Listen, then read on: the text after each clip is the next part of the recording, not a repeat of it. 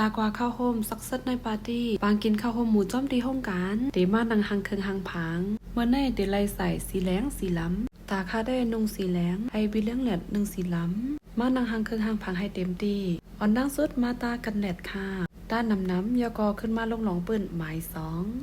งในมันเต็มขาวป้อคาตาสีอันในคะวันวาคาตื้อมันใจป้อเป็นไม้นึงได้ขาวหนาหลองเปิ้นอันได้ขาวนาแคมหนาค่ะป้อเอายุ่งใกล้กับใกล้มาให้นึงเข็นอาลาฟินมุนพองก็คาเดใจสีเหลืองเป็นไม้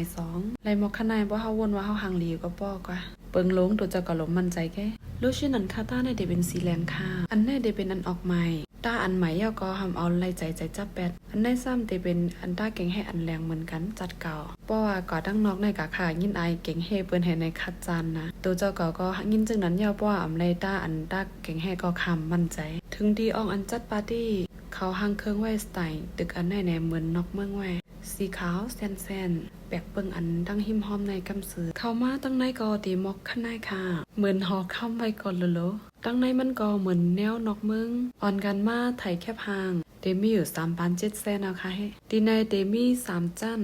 ป้อตัวขึ้นกว่าก็ตีไล่หันฟังห่างจังไหนค่ะ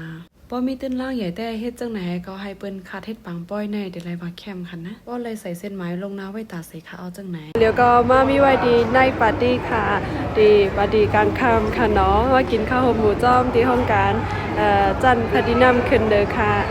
ถึงเนี่ยก็มาไถแค่พังจมหนาค่ะว่าอะไรกว่าตีใหม่1 ตีในได้ข้าได้ยำหันแลด้วยขึ้นด้วยลองยำมาตีในค่ะเนะตี1แลตี1อันเท่ากว่าก็อันเป็นฟีลิ่งมันเดเปิงกันลองหังเคิงมันตี1แลตี1ก็เต็มเหมือนกันแลเฮ็ดให้ใจตื่นเต้นไว้สีหมอกว่าจังได๋ก็เขาได้เอาเป็นสีขาวมดให้ก็ได้เป็นห้าวโคลอยอันต่อหน้าได้ขึ้นกว่าที่จันไม้2ค่ะป้อเป็นตั้งนอกมันในหังลีตาน่ะค่ะนะบ่ใส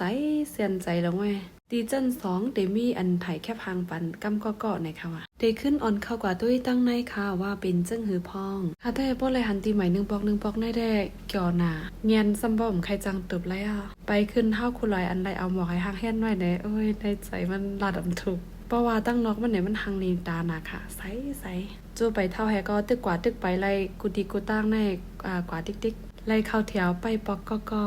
ไผตั้นขิงไรก็ออกมาถ่ายที่ไม้ต้องไรติ๊กเป็นกล้องถ่ายลงถ่ายย่อก็ไฟมันก็เขาจัดไรแคมหนาแล่สีเนอร์ก็หังลีก้าขันหนังมาแตกตั้งแกมราคาให้ก็สมอใครตกใจ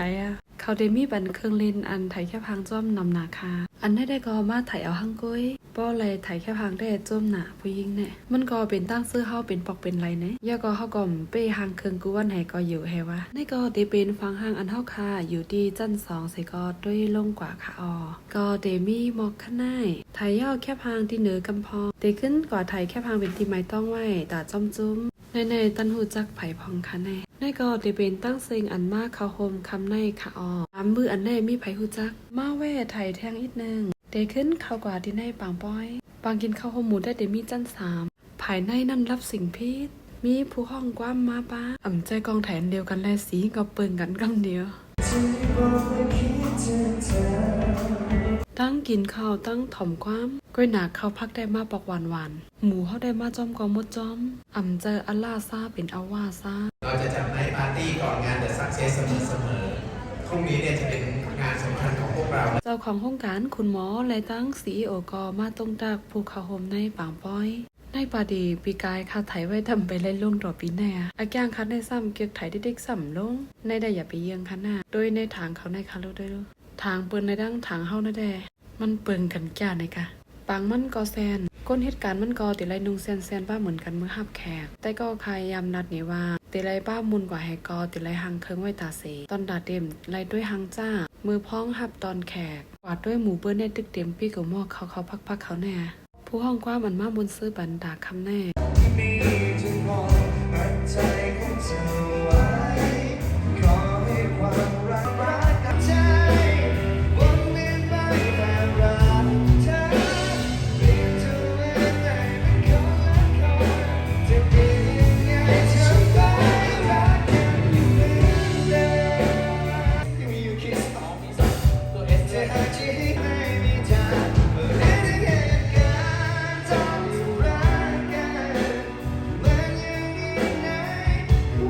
กินข้าวยาวถ่อมกว้าม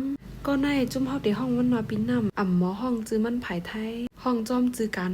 มันเป็นผู้อันซับแรงหนีไผจากจัดน้ำเส้นสายน้ำแร่ในแบรนด์อันค้าขายไว้อยู่แน่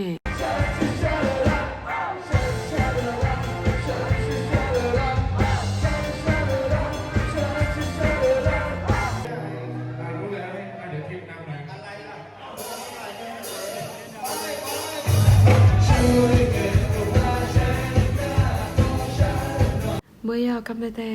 ไปมาจอมตั้งก็ย่าหางไถกบนั่นแหละ6 เหรียญตีขึ้นมาทบกันแทง1 ปอกดีดซักเซินในปาร์ตี้ก็อันเฮาคาไถจอมในกลางแน่จื้อมันใจเฮาติห้องว่าอาจารย์นัดมันใจสุดทงเห็นดอยดึงมาดีออสเตรียย่อโตลีงามปอกเมื่อเฮินอำบ่ไก่แลอำบ่ไหลคันใจมือกูปอกได้ติไลว่าไก่เฮาตีนอนยาก็มากินยาโหเหลือนั่งยิง2 เม็ดเสนอนมันได้เฮ็ดให้หอมมกเฮาคาเพ่งกันลีคู่ของอันค้าขายไว้กูลองตั้ง80 เมียวไปคาติเอาจื้อโดดเด่นไว้บันดีในคอมเมนต์เมืองไทยสั่งไรกูดีค่ะ